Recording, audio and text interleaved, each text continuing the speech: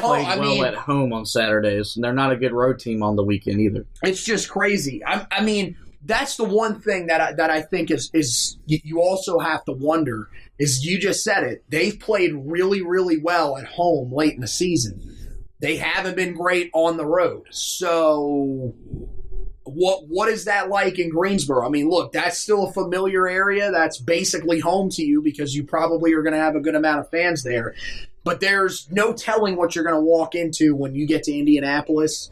So we'll have to wait and see. But this is the biggest thing to take away from tonight's game. There's reason to still hold out hope that this team can make a run. Now, the thing is, what do you determine to be a run in your mind as a Tar Heel fan? If you're thinking this team is going to make a run to the Final Four, I'm telling you, I wouldn't hold your breath. But if you're thinking that this is a team that can make it to the second weekend of the tournament now, I think you've got legitimate reason to be able to throw that out there and debate that with people. Yeah, we're going to save that topic for a different time because... Right, yeah. Oh, yeah. Understandable. I'm just saying. Tonight's about beating Duke. And no matter what this team does in the postseason, this will still be the team that got Roy Williams to 900 wins.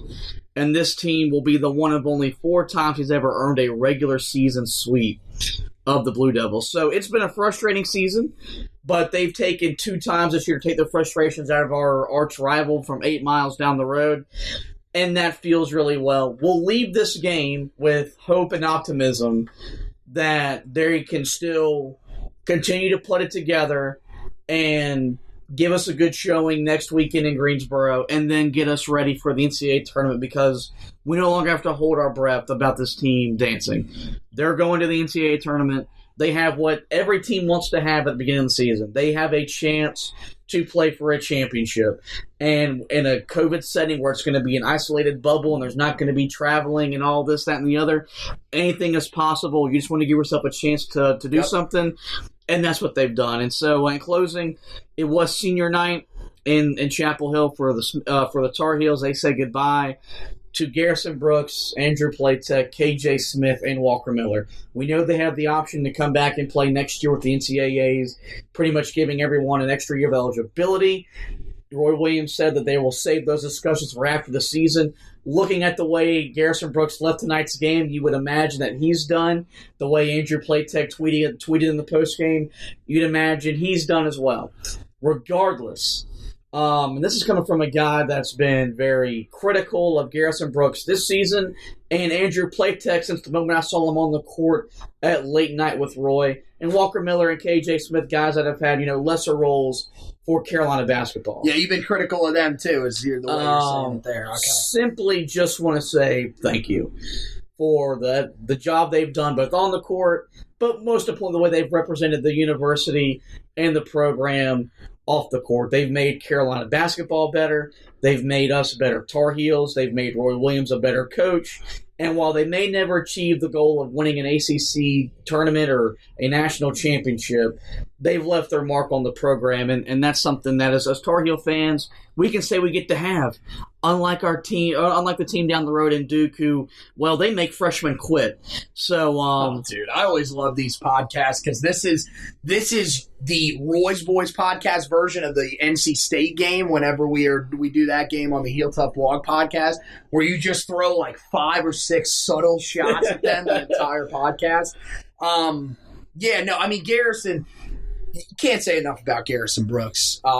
Garrison's been through a lot in his time on campus. He went from being a guy that, came out as a freshman we didn't know much about. We thought he was kind of the afterthought to Sterling Manley. Came out his sophomore year and, was after an impressive freshman year, continued to grow. Last year was phenomenal for Garrison. That's something that people shouldn't forget. I know that was a down year for the program. I know that team probably wouldn't have made the NCAA tournament if they would have had a chance to play in the NCAA, or if the NCAA tournament would have been played because, of course, it got canceled due to COVID-19. You cannot forget how good of a player Garrison Brooks was his junior year. How dominant a player he was. There was a stretch of, 7 or 8 consecutive games where he had a double-double. And I mean, look, that doesn't really happen in college basketball, especially nowadays. So that's something that you can't forget. I know that this senior season may not have lived up to the hype for him, and part of that is because, look, I mean, people are going to say it's an excuse. You know what?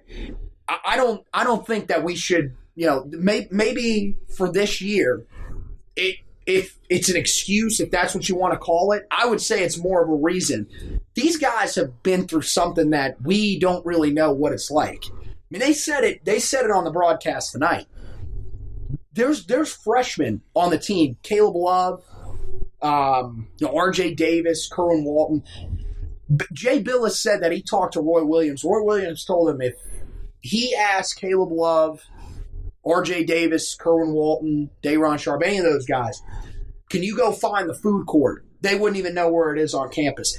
This has not been anywhere close to a normal year for these guys. So it's understandable why some of these guys, like Garrison Brooks, who have been in this program for a while, may not have been all there. And you don't know what these guys are going through off the court as well, everything like that. So, Garrison's a guy you got to remember for that. Platek, memory of him will always be that game winner against Notre Dame. What a phenomenal shot that was for him. And at the time, that was a huge win for Carolina. So that'll always be the memory of him. Also, one of those guys that on the bench was always just extremely energetic. If this is his last game, same thing with Garrison. Walker Miller, kind of just that motivator guy that Roy would put in at times if he needed to. Really filled that role in pretty well.